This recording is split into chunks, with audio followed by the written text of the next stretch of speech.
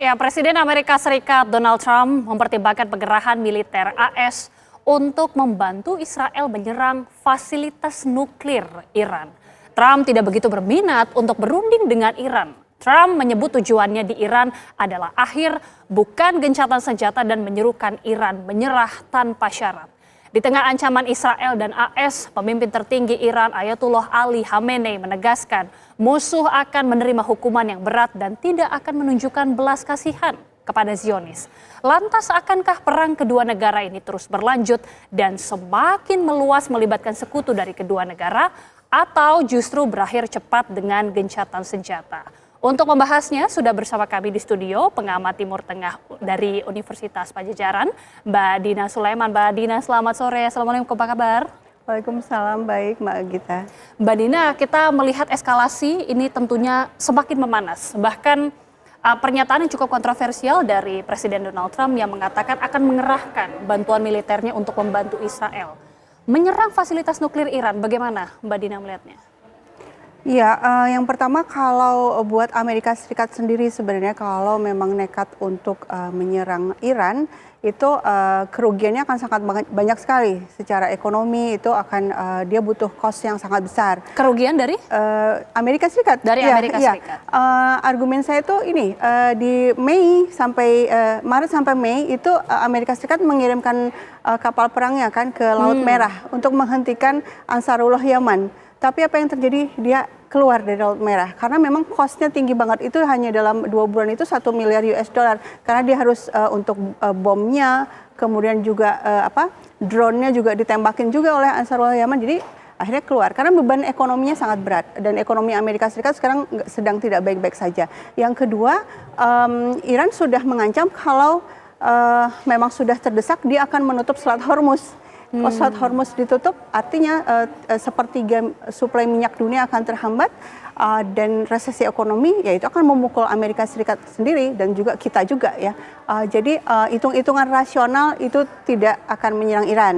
Tapi kita ada faktor lain nih, faktor Trump-nya sendiri. Saya khawatir kalau Trump-nya bertindak tidak rasional gitu ya, karena pertimbangan-pertimbangan pribadi dia sendiri. Nah ini yang kita khawatirkan. Kalau dia bertindak tidak rasional ini ya. Oke, kita mungkin sudah melihat ada beberapa sejarah dari Donald Trump sendiri beberapa kali bahkan membuat keputusan di luar dugaan, bahkan banyak yang menyebutkan tidak rasional.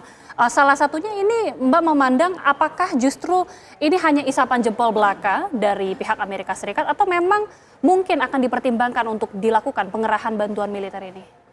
Ya kalau di dalam negeri yang saya baca itu baik politisi, opini publik itu betul-betul nggak setuju dengan perang gitu ya. Jadi sama sekali tidak ingin Amerika melibatkan diri dalam perang antara Iran dan Israel ini. Lagi-lagi kembali kuncinya ada di Donald Trump ya. Dan kita tahu di politik Amerika Serikat itu memang ada pihak-pihak yang punya uang, punya pengaruh yang bisa menekan tokoh-tokoh politik. Nah, kita akan lihat apakah yang menang adalah suara rakyat yang rasional, yang rakyat Amerika Serikat sudah sangat menyadari betapa besarnya APBN mereka dikuras untuk Israel, bukan untuk kesejahteraan rakyatnya sendiri. Atau orang-orang di sekeliling Trump ya yang memang menginginkan perang ini. Oke, tapi pengiriman jet tempur dan juga bala bantuan militer lainnya, apakah ini dinilai mungkin bluffing ya istilahnya yang dilakukan dari pihak Amerika? Sementara seperti itu ya, sementara masih sepertinya untuk unjuk kekuatan, berharap Irannya takut gitu kan, tapi kemudian kan sudah dibalas juga oleh pemimpin Irannya ya, dia mengatakan akan terus melakukan serangan dan bahkan justru memperingatkan Amerika jangan bertindak bodoh gitu ya, dengan dengan ikut campur dalam perang ini. Oke, kita tentunya masih menunggu sikap dari Amerika Serikat, apakah ini hanya unjuk gigi, bluffing, atau memang akan diwujudkan. Tapi sementara itu bagaimana dengan Israel, Mbak Dina? Apakah ketika tidak ada bala bantuan, katakanlah Amerika Serikat tidak jadi mengerahkan bantuan, apakah memang secara kekuatan Israel ini mampu, apalagi sudah 2 tahun menghadapi perang di Gaza?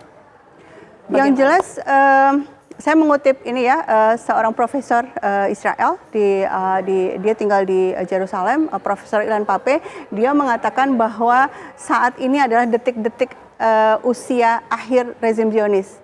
Karena ada indikatornya. Apa salah satu indikator terkuatnya rezim Zionis ini sudah sangat lemah adalah ekonominya yang semakin berat, semakin sulit gitu ya, dan banyak perusahaan yang ditutup, eksodus besar-besaran gitu kan, investasi juga ditarik karena takut.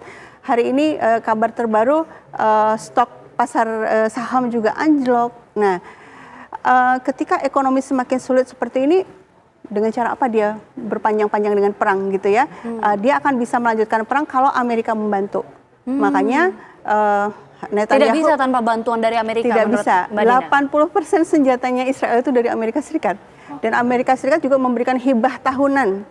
Hibah berarti ya uang gratis saja. Makanya publik Amerika Serikat banyak yang marah ya, karena loh, uang yang seharusnya untuk mensubsidi kesejahteraan mereka justru malah dipakai untuk membantu sebuah rezim yang melakukan kejahatan kemanusiaan di Gaza.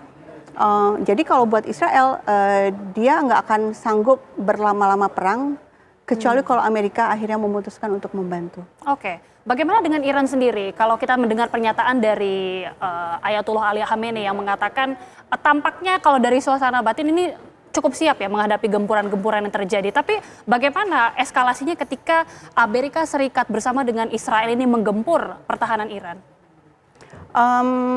Kartu trufnya Iran itu ada banyak ya. Pertama tadi saya bilang Selat Hormuz, dia bisa menutup Selat Hormuz.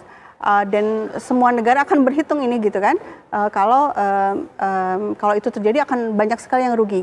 China, Rusia gitu kan, China akan mengusahakan banyak hal untuk mencegah ini terjadi. Dan kemudian Iran juga punya kartu truf, dia mampu melakukan serangan-serangan ke pangkalan-pangkalan militer Amerika Serikat yang ada di Timur Tengah.